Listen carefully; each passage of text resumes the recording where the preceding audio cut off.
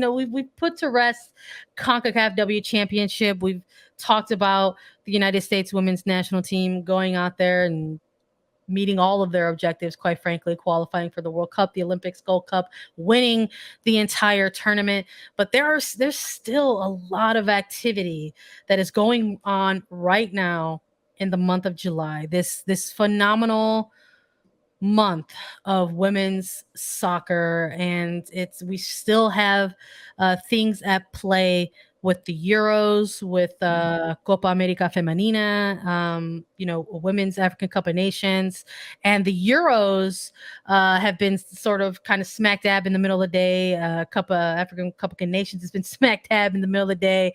So I know people have sort of been keeping an eye on that as well. But we're getting into the knockout stages here with the Euros, Lisa.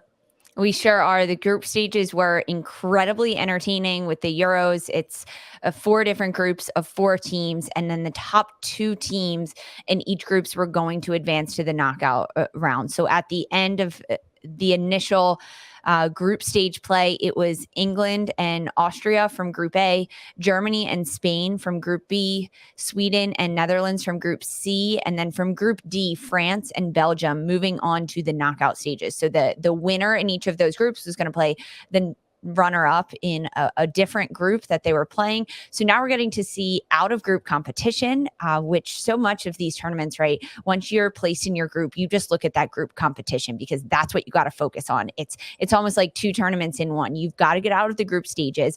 And then once you move on and you know who you're going to play, you can start to focus on that game. And frankly, these matches are insane and incredible. They just get better and better. So in the quarterfinals, it's England against Spain, Germany versus Austria, Sweden versus Belgium, and France versus the Netherlands. The semifinals are going to be Tuesday, July 26th and Wednesday, July 27th, with the final being on July 31st. So there's still, like at the time of this recording, 10 days left of the Euros. So if you've missed the knockout, or if you missed the group stages and you've missed the first rounds of the quarterfinals, the first couple of games of it, there's still time because these matches are incredible. The stakes are so high for these nations. We've seen different injuries and different players coming in and out. There was a couple players on COVID protocol that actually will now be back, which is great with some of their respective teams. It's just, there's so many different factors that these teams are dealing with. And England, as the host country, they have beaten Spain, so they continue to move on. That game was incredible. But I think that's a huge team to keep an eye on. Germany, of course, against Austria, that match as well. But France and Netherlands too. Like, it's just such good soccer, Sandra. It's the best way to spend. I'm on the East Coast, so it's the best way for me to spend my afternoons. Yeah, is just watching these matches. No, I love that. It was cool to, in your absence and when you were enjoying your much deserved vacation, we had invited Lori Lindsay back on to the show. We chatted a little bit about NWSL. We chatted. Of course, I wanted to pick her brains about the Euros because she's been putting in work there, and it's so wild to sort of even just see this, like we're talking about like just a week ago already. And that's the thing about these international competitions; they're rapid fire. They're short amount of times, and you have these teams competing like every other day almost. It sort of feels like, and to sort of see the knockout rounds into play already. England Spain match, like you mentioned, just out of this world. I know we were talking a little bit off mic about it, so I'll bring it on here now. But talking about the end result in that game and the what ifs for me, like what if there was a Putellas available? What if there was a Jenny Hermoso who was available for this Spain side? Loved the energy, from the Spanish side there. They're just a fun team to watch. Dangerous, absolutely dangerous. Beware, I guess, right? Come future fixtures against them. But it's been really, really cool to sort of be able to watch all of these players in under this type of lens, knowing, quite frankly, that we're only going to manifest good things in 2023, and hope that we're going to ultimately see at least 80 to 90% of these types of players who are playing in these tournaments, probably in the World Cup as well. So it's a very exciting time. So yeah, I'm with you. It's 100% a really good way to sort of, have something in the middle of the day to take a look at, and keep an eye on. Women's Africa Cup of Nations is still going on. So there's a match for third place into play, and the final. Nigeria and Zambia will be competing for third place. The final is going to be Morocco and South Africa. I'm not too sure if a lot of people had that predicted, but I'm excited for that one. Copa America Femenina still in play.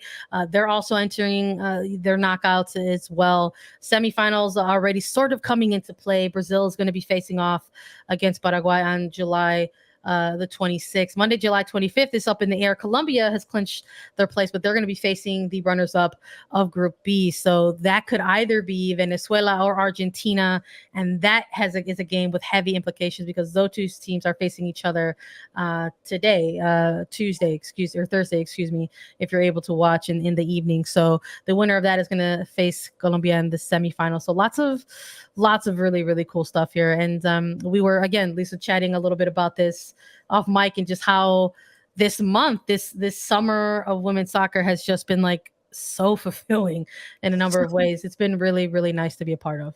I think that's a really good way to put it. Incredibly entertaining. It's so fun to see these players, some new players, some younger players that are breaking into their national teams, get really good moments and good looks. And this is foreshadowing for the Women's World Cup, because we've passed a year, right? We are under a year until the kickoff of the 2023 Women's World Cup in Australia and New Zealand. The negative 1 year anniversary, I guess you would say, was on Wednesday of this week. So watching all of these different tournaments and all of these different players, keep an eye on some of them. And if you're watching them, if there's players or teams that you are really keyed in on or really excited about, circle them, make a note of them, because you'll see them again next summer playing in the World Cup. And if you're only cheering for one nation, it's not that fun. You've got to have your hand in all the different pots. You got to know what's happening, because it's way more entertaining to do it that way. And that's what I'm doing. I love it. I love watching all of these different tournaments and everything. And the soccer is amazing. Like the competition is so good, and it's so fun to watch. And the development of women's soccer has come so far, right? Like in how well these players are and how well they're doing. Oh, I love it. I love it. Keep watching soccer, everyone. 100%. I'm with you. I think that's also sort of the really sort of maybe kind of fun aspect, I think, for us when we're watching these types of games. Like sometimes you watch these big international tournaments as a neutral. Sometimes like we're watching the Euros as an American audience, and we're watching, Women's African Cup of Nations, as an American audience. Stuff like that is very, very entertaining, I think, if you have a neutral standing in it. And it's also just sort of cool to watch these competitions unfolding before our eyes and like checking off like qualified for the World Cup, qualified for the World Cup, qualified for the World Cup. Like we're slowly starting to see that group of 30 something teams who are going to be competing in 2023 in Australia and New Zealand. So it's no longer just Australia and New Zealand. Like we knew that those two teams are obviously going to be part of the World Cup because they are the co-hosts. But, we were the home of the AFC Women's Asian Cup, and we got to see some early qualifications there. We saw Japan, South Korea, China, Philippines go ahead and punch their ticket. We saw Vietnam, advance as the playoff winners. Sweden, Spain, France, Denmark have clinched their space in this World Cup. United States, obviously, we've gone ahead and celebrated that. Canada, as well as the winner, Costa Rica, Jamaica, and Zambia, Morocco, Nigeria, and South Africa. So we're like just seeing little by little all of these nations punching their ticket to the World Cup. So I wanted to definitely try to draw folks' attentions to Copa America Femenina, because there are things still in play there. And we will see who will be representing CONMEBOL in the 2023 World Cup. So it's been exciting.